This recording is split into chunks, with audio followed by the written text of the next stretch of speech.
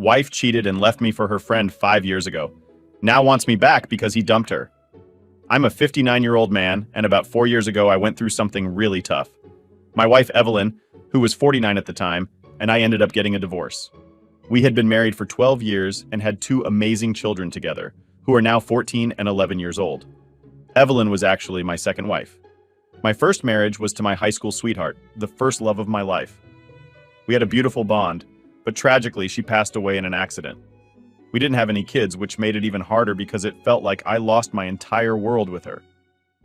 After she died, I was completely lost. I was in my early 40s and suddenly found myself without a clue about what to do with my life. I was drowning in my grief, and I turned to drinking and some other destructive behaviors just to cope with the pain. Now, as I step into my 60s, I'm trying to look at things with a sense of gratitude and grace. Despite the tough times and the dark patches, I've somehow managed to keep going. I run a modest real estate business, which helps keep me grounded and provides a structure to my days. Life has definitely thrown its fair share of challenges at me, but I'm learning to navigate through them with a bit more wisdom and a lot of reflection. Looking back, my love life has indeed been filled with more downs than ups, but each experience has taught me something important. Even though I've faced heartbreaking losses and the deep betrayal of a broken marriage, these experiences have shaped who I am today. I'm now focusing on living my life with a bit more purpose and a lot more hope. Then I met Mila at a bar. She was there with a college friend, both of them nursing their own heartbreaks, and somehow we just clicked. I won't sugarcoat it. I was in a pretty bad place myself, still feeling the sting from my past, and really just needed someone to lean on. I became emotionally attached to Mila pretty quickly. After about a year of dating, she was the one who brought up marriage. Honestly, I can't even say if I was truly ready to get married again. But Mila was looking for commitment, and I didn't want to lose her, so I went along with it without overthinking. Mila was in her early 30s at that time and was very clear about wanting to settle down. She had recently ended things with her friend. They had a sort of friends with benefits arrangement. She developed feelings for him, but the feelings weren't mutual. After years of that going nowhere physical relationship, she was ready to move on for good. So when Mila told me it was either marriage or nothing, I just couldn't risk losing someone again. I agreed to the marriage, hoping that this time things would turn out better. So we had a small wedding ceremony, just us and a few close people. At that time, getting married felt like the right thing to do. Maybe it sounds silly, but I don't actually regret it. With Evelyn, life was pretty good for a while. We traveled a bunch before we had kids, and even after they were born, we managed to keep things stable for 12 years. But then, everything changed when an old friend of hers, someone she had been involved with before, came back into her life. Evelyn ended up leaving me for him and we got divorced. I got custody of our kids, and since then, I've pretty much built my life around them. The reason I'm sharing all this now is that, out of the blue, Evelyn showed up last week wanting to be part of our lives again. When I opened the door and saw her there, I hardly recognized her at first. She looked worn out, really pale and sad, with red puffy eyes like she hadn't slept in days. She completely broke down when she saw me, clutching a letter and looking like something terrible had happened. It turns out it had. As soon as I opened the door, she threw her arms around me and started crying. I was taken aback and worried, so I asked her if she was okay. Between sobs, she kept saying sorry for leaving me. It was just the two of us at home since the kids were away at summer camp. After a while, she managed to calm down enough to explain what had happened. Her affair partner, the man she had left me for, had suddenly left her and gone back to his native country in the south of Europe. He left her nothing but a note that read, "I'm sorry, I can't marry you. I have a wife and children at home." It was a shock. This man had been leading a double life, taking advantage of Evelyn's feelings all this time. He kept her waiting for 4 years, never married her, and then just abandoned her. I didn't know how to feel about all this. Part of me felt a strange relief that he was gone, but seeing Evelyn so devastated made me sad for her, despite everything. It's a complicated mix of emotions to sort through. Karma seemed to have its say in the matter, but I didn't throw any hurtful words at her. Even though I felt sorry for her situation, I knew there wasn't much I could do to help. Evelyn told me I was her only hope. She believed I would forgive her and take her back because she knew me as a forgiving person. But I had to be honest with her. I told her that I had moved on and didn't harbor any harsh feelings, but I couldn't just let her walk back into my life as if nothing had happened. The truth is, I had already forgiven her once for cheating, but she repeated the mistake. She was deeply in love with her affair partner, to the point that she didn't think twice about leaving her own children behind for him. The only reason she stayed loyal to me during those 12 years was that her affair partner was out of the country. Now that he had abandoned her, she was looking to come back. But I couldn't let my life be upturned again by the same pattern. It was a tough stance to take, but necessary for my own well-being and that of our children. I told her that while I empathized with her situation, I couldn't trust her again. At that, she broke down once more, pleading for my forgiveness. I reassured her that I had already forgiven her, but forgiveness didn't mean things could go back to the way they were. I offered the possibility of her having joint custody of our children, if the kids were comfortable with it. That was as much as I was willing to compromise. She didn't want to leave, so eventually I had to be firm, more blunt than I liked, to make her understand she needed to go. I told her I had errands to run and that she needed to leave my house. Though she finally left, her visit left me feeling really unsettled. The last thing I want at this stage of my life is more drama. All I'm looking for now is peace. Continuing on with my life, focused on peace and stability, is my priority. I know that if I let her back into my life, the old patterns would likely repeat, and that's a risk I cannot take. It's tough, but I must stick to this path for the sake of my own well-being and that of our children. Now for the updates. Update 1. Hey everyone, thanks a ton for all the messages you've sent. Whether they were good, bad, or somewhere in between, I really appreciate you taking the time. Today, I'm going to fill you in on some backstory about what's been going on with me and Evelyn, especially since some of you asked for the details about how we ended up in this situation. So here's the scoop. Evelyn and I had a pretty good run. We were married for 12 years and things seemed smooth. We had 2 kids during that time, and Evelyn was both a great mom and a great wife. I never saw any warning signs that something was wrong. But then, out of the blue, an old flame of Evelyn's showed up back on the scene. This was the same guy she'd split up with a long time ago because he wasn't ready to commit. After their breakup, he had moved back to his home country, but now he was back in town, and suddenly Evelyn was seeing him again. At first, I didn't make a big deal about him dropping by occasionally. Evelyn told me she was over him, and I believed her. Why wouldn't I? We had been happy together for over a decade with no problems. But then one day, something odd happened. Evelyn came home and immediately locked herself in our room. That was the moment I started to feel that something wasn't right. The kids and I tried knocking on the door several times around dinner time to see if she would join us, but she didn't answer. I got worried, so I called her cell to check if she was okay. She texted back saying she was all right but needed a bit more time to herself. I didn't want to push her, so I left her alone and ended up sleeping on the couch in the living room. The next day she acted like everything was normal, but it was pretty clear that something was off. When I gently asked her what was wrong, she brushed it off, saying she'd had a minor argument with her sister, but it wasn't anything big, and she'd handle it. She didn't want to talk about it anymore, and I decided not to push her for more details. I also didn't feel right about snooping around or asking her sister because I'm not the type to meddle in their personal stuff. As time went by, though, it became obvious that the problem wasn't really about her sister. It was about this friend who had come back into her life. Before all this happened, Evelyn was pretty upbeat. She would often talk about this friend, even suggesting we invite him over for dinner and drinks. But then, after that night when she locked herself in the room, she suddenly stopped mentioning him altogether. Whenever I tried to bring him up in conversation, she would change the subject or just ignore my questions. Also, I knew Evelyn and her sister had their fair share of arguments in the past, but Evelyn was never this shaken up by them. It all seemed really strange. So I started to suspect something was up, even though it was just a gut feeling at first. Instead of sneaking around or trying to catch her out by gathering evidence, I decided to just ask her outright. I confronted her and asked if she had cheated on me with this friend. To my surprise, she admitted it. She didn't try to deny it or twist the situation. She just came clean and confessed that when this old flame came back into her life, she couldn't stop herself from seeing him again. It all began innocently enough, with them just meeting up as friends at public places. But then, they started catching up at his place, and before long, their old relationship was rekindled. I needed to know more, so I asked Evelyn if she still had feelings for him. She told me no, that it wasn't about love. She begged me for another chance, explaining that she got swept up in the moment. She admitted that it happened just once and that she felt incredibly guilty about it. She said the guilt was eating her up inside. Evelyn also told me that after that night, she stopped seeing the guy.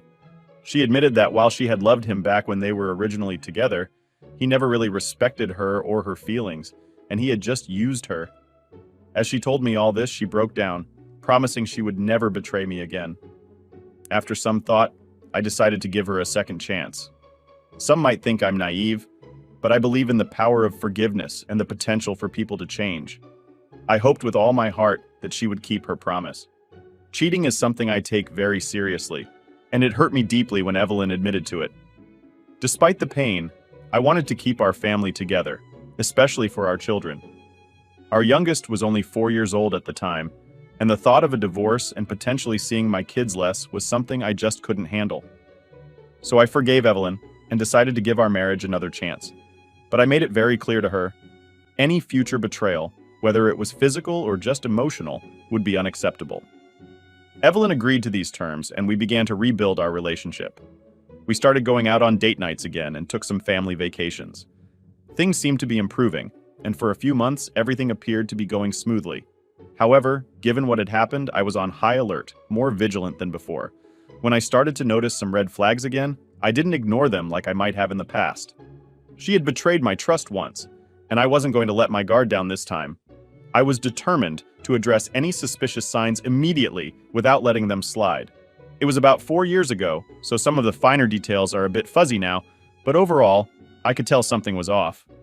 Evelyn seemed distracted and wasn't spending as much time with me or the kids. At home, she was often in a bad mood, but I noticed that she would light up when texting someone or would giggle while talking on the phone. She seemed glued to her phone all the time and started avoiding any closeness with me, especially in bed. Her change in behavior was concerning. She was rarely in the mood for any intimacy, and this was a stark contrast to how she used to be.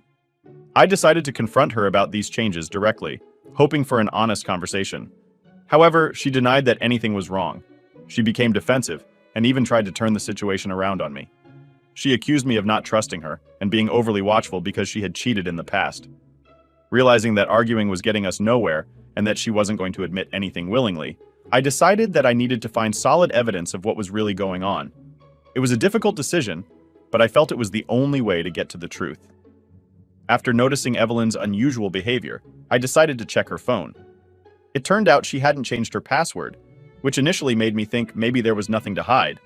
However, when I looked through her messages, I did find some chats with her affair partner. But to my surprise, they were just normal conversations from months ago, around the time she had first cheated on me. There was nothing recent or incriminating in her phone that suggested they were still in contact. Before I had a chance to look for evidence elsewhere, Evelyn came to me and confessed. She told me she knew I had checked her phone and felt it was time to be completely honest. She explained that after our initial confrontation, she had tried to distance herself from him, but he didn't give up.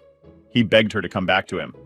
Evelyn tried to avoid him, knowing it could cause more trouble in our marriage, but he was persistent. He reassured her that he truly loved her and promised they would get married. He just needed some time to sort out a few things first. This confession put me in a tough spot, as it was clear Evelyn was still being pulled back into a relationship with this man, despite her attempts to stay away. The situation was complicated, and her honesty about it left me with a lot to think about in terms of what to do next. Evelyn and her affair partner decided to keep their relationship quiet. She admitted to feeling guilty about cheating on me, but felt she couldn't pass up the chance to be with him, especially now that he was serious about their relationship. It became clear to me that she never truly stopped loving him. She had only suppressed her feelings because of his past reluctance to commit. Once he showed a genuine commitment, she found it impossible to stay away. Given the circumstances, Evelyn asked for a divorce and initially wanted custody of our children. However, when I expressed my desire to keep the children with me, she surprisingly agreed without much hesitation. This made me feel as if she was also trying to distance herself from the responsibilities of parenthood. She requested to see the children on a weekly basis, and I agreed, under the condition that she would be the one to explain the divorce to them. Evelyn spoke to the children, choosing to tell them that we were divorcing because we had fallen out of love. She avoided blaming me or portraying me negatively, which I appreciated for the sake of maintaining peace and stability for our kids. This approach helped us manage the delicate situation as respectfully as possible, considering the emotional impact on our children. The news of the divorce was really hard on the kids. There were a lot of tears, and they pleaded with us to try and make things work again. Hearing their cries and seeing their distress made me feel resentful towards Evelyn for putting us in this situation. But as time passed, I came to the realization that even if Evelyn changed her mind about the divorce, too much had happened for me to simply forgive and forget. Moving forward with the divorce seemed like the best choice for everyone involved. I made a promise to my children that I would continue to be a good father to them. They didn't doubt this, as I had always been actively involved in their lives, not just a parent who was around, but one who was truly present. Stepping into the role of a full-time single parent wasn't hard for me, given my previous involvement, but despite our efforts, the kids still missed their mom. Thankfully, we managed to settle the divorce amicably. I was deeply hurt by everything that had happened, but I didn't hold a grudge against Evelyn. Some might call it cowardice, others might say it was maturity, perhaps it was a bit of both, influenced by my experiences and age. But ultimately, I let her go because it was the necessary thing to do, not just for my own peace, but for our children's well-being too. The months following the divorce were particularly challenging, especially for the younger child. I did my best to lift their spirits, taking them on multiple vacations, trips, picnics, and engaging them in various activities to keep them happy and distracted from the upheaval in our family life. During this time, Evelyn continued to visit the children weekly, but eventually she moved to Alabama with her affair partner. By that point, both the children and I had begun to move on from the initial shock and pain of the divorce. Over the last 4 years, the children have grown into kind, resilient, and emotionally strong individuals. Initially, after Evelyn moved, the children would cling to her during her calls and clearly showed their resentment towards her. However, as time passed, they grew more forgiving and understanding, eventually reaching a point where they could interact with her cordially. Recently, when the children returned from their summer camp and learned about their mother's situation, her being abandoned by her affair partner, they didn't express much sympathy. They felt that she had made her choices and now had to live with the consequences. This response from them wasn't out of coldness, but rather a reflection of their growth and maturity, recognizing that each person is responsible for their actions and their impacts. When I discussed the idea of joint custody with the children, they were strongly against it. They expressed a real fear that if they went to live with Evelyn, she might abandon them again if her affair partner came back into the picture. Their reaction was rooted in the instability they had already experienced, and they didn't want to face the possibility of going through that pain again. I took the time to calm them down and reassured them that nothing would be decided without their full agreement. I wanted them to feel secure and heard, emphasizing that the ultimate decision lay with them. They made it clear they didn't want to leave my side, believing that their mom might repeat her past actions if given the opportunity. This situation was difficult, but it underscored the importance of listening to and respecting the feelings and wishes of my children in these complicated family dynamics. Their sense of security with me and their concerns about potentially unstable situations were my top priorities in navigating our new family arrangement. Update 2. Dealing with Evelyn has definitely taught me the importance of having a thick skin. Some people have commented calling me names. I'm not sure what to make of all the labels, but yes, I am certainly from an older generation. I'm 59 years old, and from my perspective, we don't chase after someone relentlessly or try to force love. If someone decides they don't love us anymore, we let them go with dignity. That said, letting go doesn't mean letting someone walk all over us. There's a balance to maintain, and it's important to stand up for oneself without harboring negative feelings. I appreciate all the comments, even the critical ones, but I wanted to explain things from the perspective of someone who might be considered old school. Recently, Evelyn came to visit again while the kids were home from school. They were quite shocked to see her, which caused a bit of an initial uproar. I reminded them to stay polite and respectful. They managed to talk with her for a bit, but soon excused themselves and went back to their rooms. It's a challenging situation, but we're managing it as best we can, always trying to maintain respect and decorum, even under stress. When Evelyn asked me about the possibility of getting back together, I was clear with her. Reconciliation was definitely not an option for us. I also informed her that the children were not interested in living with her, although I mentioned that she was welcome to try and convince them otherwise if she felt strongly about it. Honestly, I suspect that she doesn't truly want to take on the responsibility of having the children with her full time. She confirmed my suspicions somewhat when she admitted that she couldn't afford to have the children stay with her. Evelyn explained that she was currently living on a friend's couch and that her housing situation was unstable. Her friend could ask her to leave at any moment. I was aware that her financial situation wasn't great, but I hadn't realized just how dire things had become. Before we were married, Evelyn worked as a receptionist, but she left her job shortly after our marriage. I had done my best to provide a good life for her during our time together.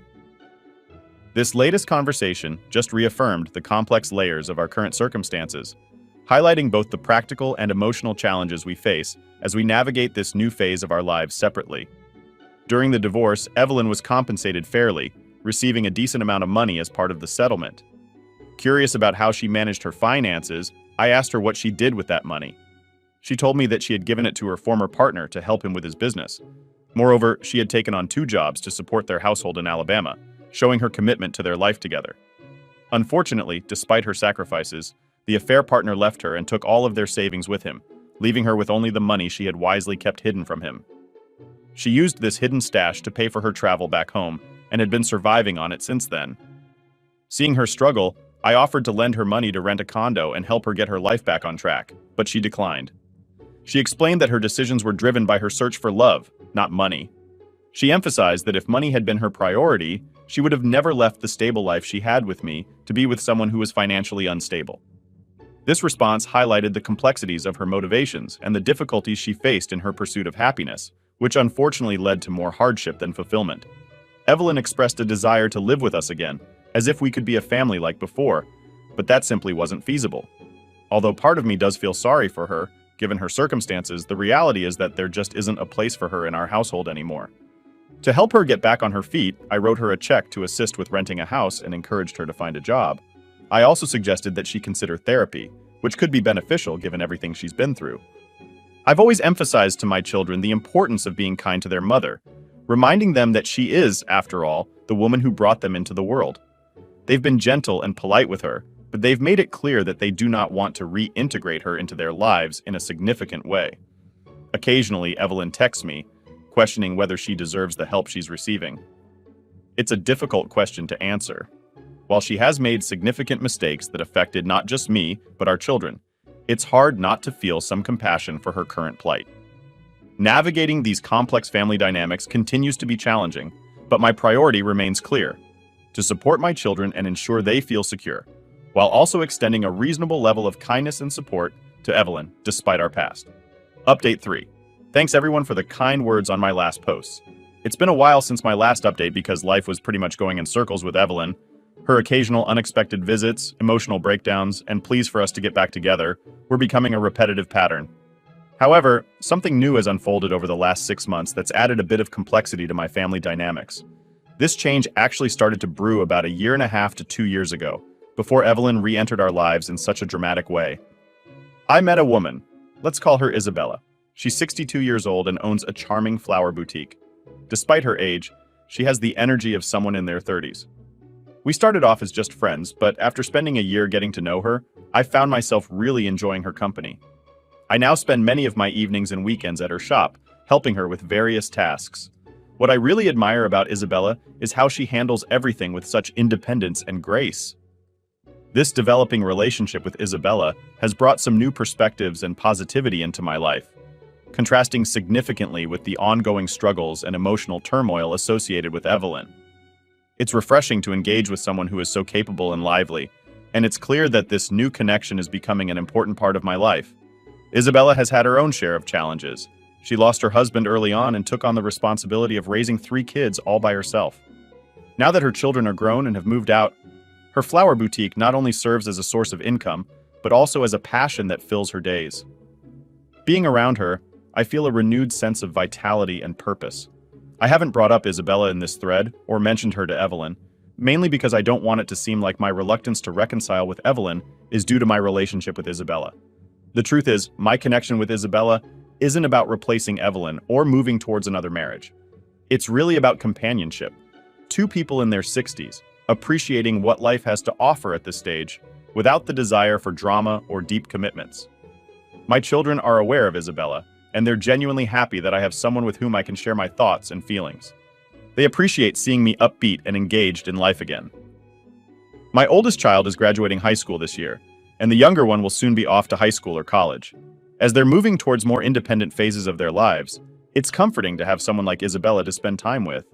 It's a simple, joyful companionship that enriches my life, allowing me to enjoy these later years with someone who understands the value of peace and happiness.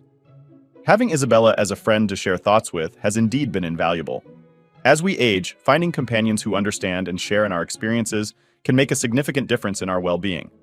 I've been open with Isabella about Evelyn's visits, and she has responded with nothing but empathy and support, which I greatly appreciate.